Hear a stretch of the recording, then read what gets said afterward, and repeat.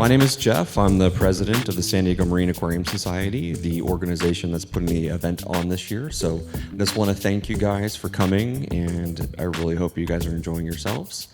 With that said, I'd like to introduce our next speaker. This is a very special individual for us. I want to take a quick moment to thank him for his service to this country, and I think all of you should do the same as well. Wayne Scott, guys, thank you. Can everybody hear me in the back? I'm a little soft-hearted, so he's got the control, so if it gets loud, it's not on me. I want to welcome everybody. This is my first public speaking, so I'm be nervous for about the first 2 seconds, and then after that, I'm rolling into it. Excuse me. A little bio on myself. I first joined the military in 1982, right after high school. I stayed into about 2000, got out, started working for the post office, and ironically, November 12th, I got a call from a local reserve unit asking me, well, basically they told me I've been recalled and I had to report to a unit to go serve in Iraq. So about the 1st of March, after a 2-week acclimation period in Kuwait, I dropped boots in Iraq. And, you know, I was a little nervous in the beginning, considering the first day I was there, a roadside bomb drove up to the gate and it detonated it. And, you know, that's when the fun started to begin.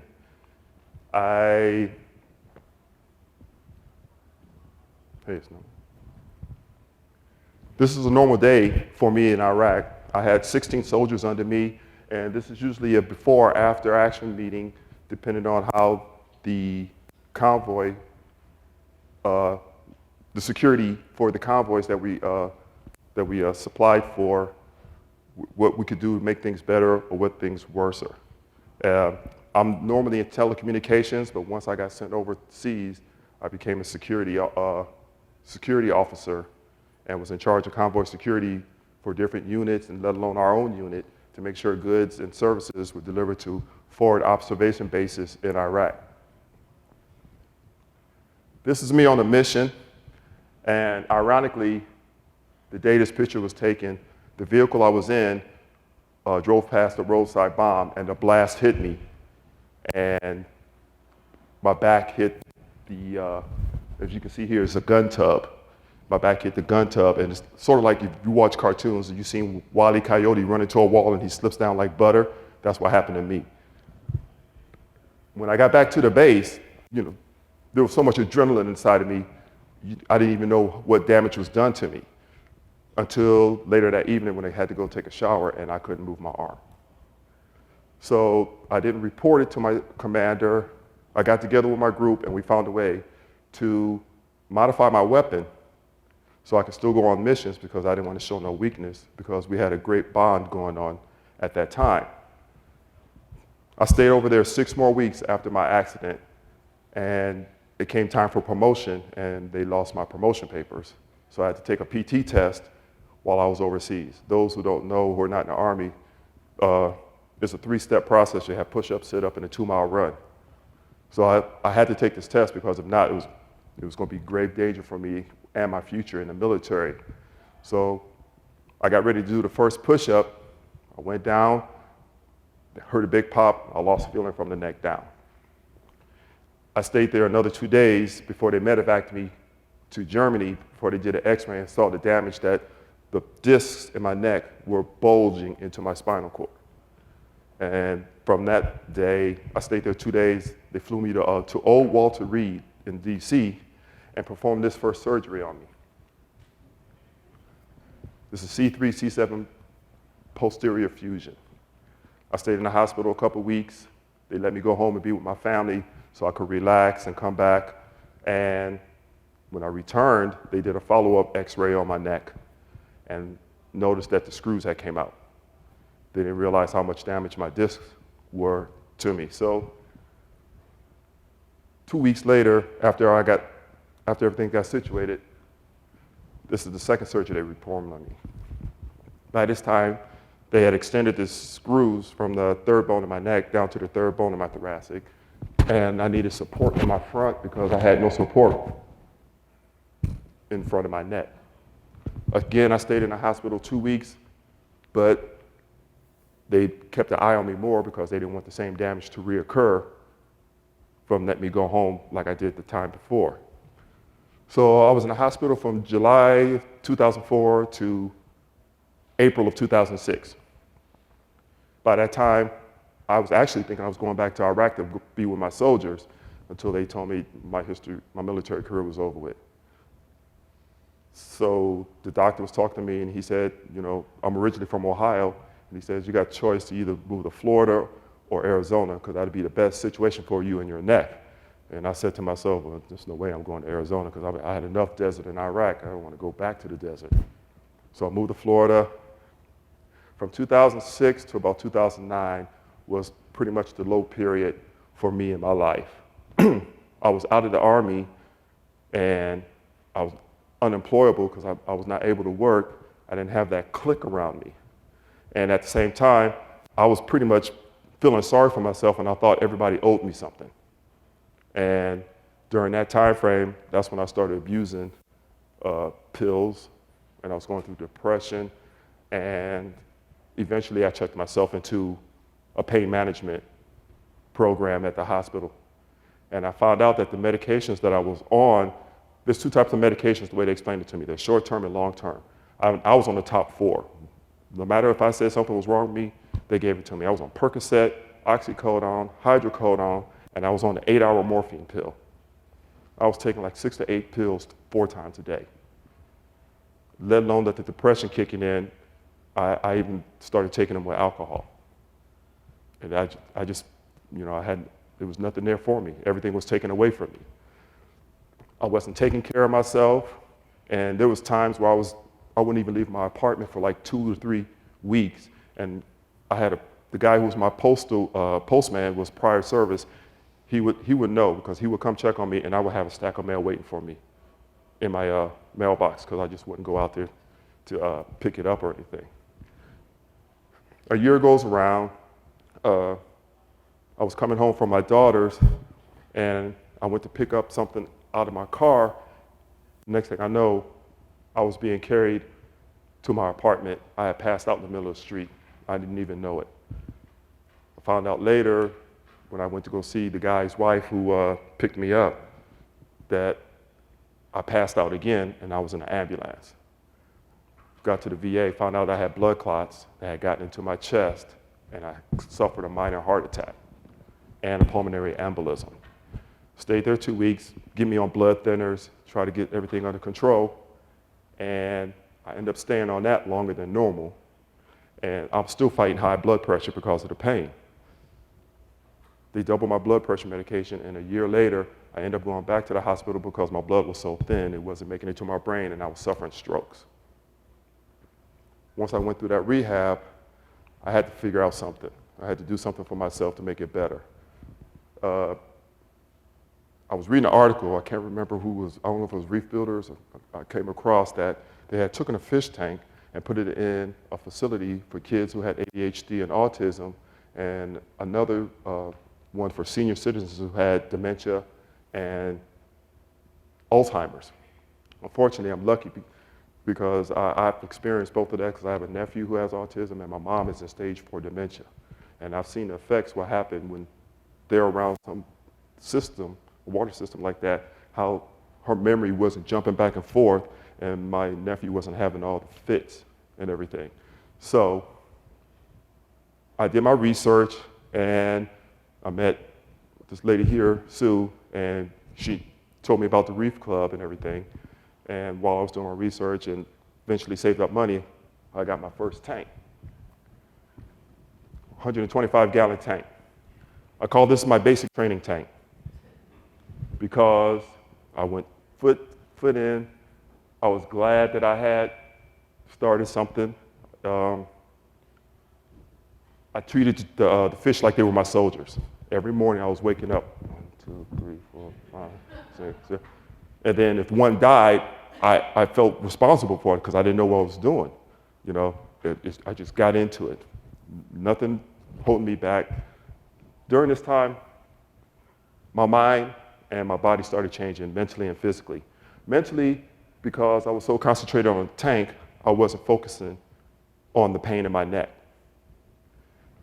At the same time, physically, I was changing because every time I was buying fish, if I saw something, I was just putting it in the tank. You know, see something else, put it in a tank. Started leading to high nitrates. And I started doing like 2 30-gallon water changes a week to try to maintain everything. Now, I was having back pain, but it was the good pain because I was lugging 5-gallon buckets twice a week, 30 times, taking out water, putting it back in, getting new water, putting it back in. And mentally, I was starting to get a little bit stronger. But at the same time, I was insecure with myself. You know, I have a scar in the back of my neck, and it started getting to the point where everybody was asking me, hey, what happened to you? And I was ashamed because I didn't want, you know, talk about me being injured overseas. So I started wearing a lot of collar shirts to hide the scar. I had that tank for about 1.5 years, and I went and upgraded to a 220-gallon tank. This is my MOS tank. This is when I really learned how to get into reefing. I understood what the basic parameters you needed to know, how nitrates, I started learning about the nitrogen cycle, everything that I needed to know to be successful in a reef tank. The more I started doing this, and then I started getting myself affiliated with the Reef Club, I started thinking of the Reef Club as my Army family because they accepted me, they showed me the ropes, they were there for me. I was getting the same type of support as I was if I was in the Army. With this tank, my confidence got a whole lot better. I started believing in myself. I was more successful in keeping the fish, and then I started getting into corals. And after about a year, I was with my neighbor, and he's like, man, we got to do something about that scar. And I was like, I don't know what you want to do. He's like, we'll look down the internet and came up with the zipper method. The zipper is pretty much the whole scar. I felt good about myself, so I didn't start wearing collared shirts anymore. I was either getting the best compliments like, hey, that's a cool tattoo, or somebody will come back behind me and say, hey, your fly is open. And it was even worse if I had gym shorts on, and I'll look down, it's like, wait, I got gym shorts on, I don't have a fly. And I became more involved in my Reef Club, and I became an assistant to the president during that time. Then I upgraded to this 500-gallon tank. I was there when they built it. By that time, my confidence level, I really started feeling good about myself. And I was actually involved and became vice president of our local Reef Club at the time.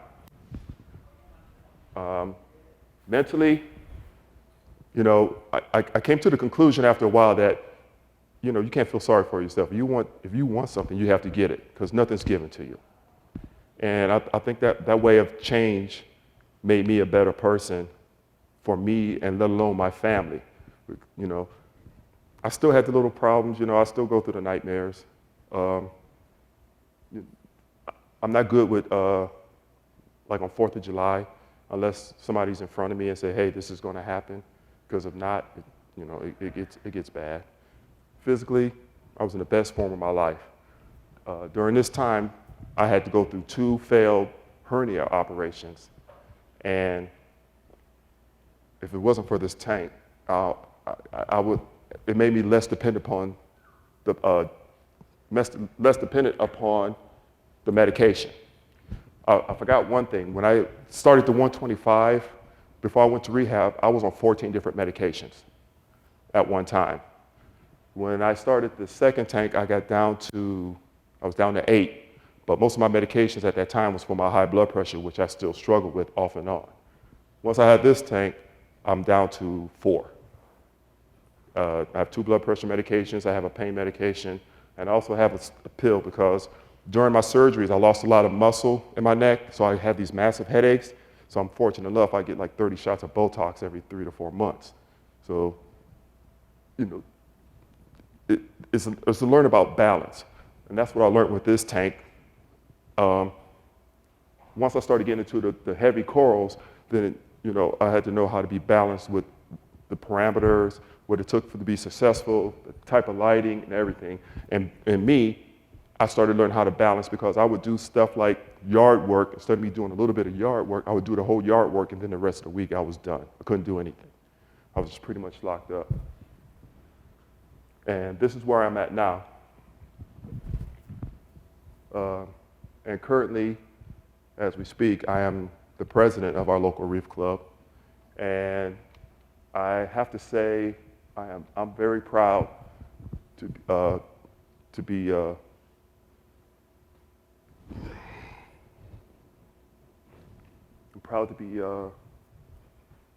have a crew that I can take care of as my own family. A year ago, I don't like to talk about this, but I didn't put the picture up because it's too graphic. I was out in DC attending my first MACNA, and somebody vandalized my house. And there's no way I could get back, you know, to handle it. So, you know, it took a lot of people communicating with my club, hey, what's going on? Can we do this? Can we do that? And not knowing what was going on behind the scenes, eventually I found out that they had donated frags. Somebody raffled off a fish tank.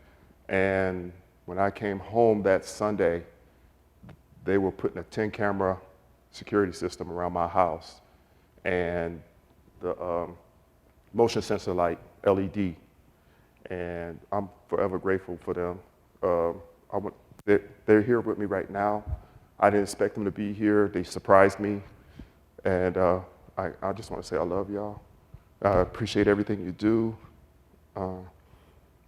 Other than that, I want to thank all y'all for attending and experiencing my life and how the hobby has helped me to be a better person that I am. And I will ever be grateful to the sponsors, MACNA, the San Diego Reef Club, and individuals that have helped me guide me through the way. Eric, Mark, his wife.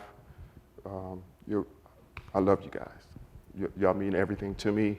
I know I don't know y'all, but I love y'all for attending. I'm grateful that y'all could be here, and I'm honored to share my story with you. So, and that concludes my presentation. Sure.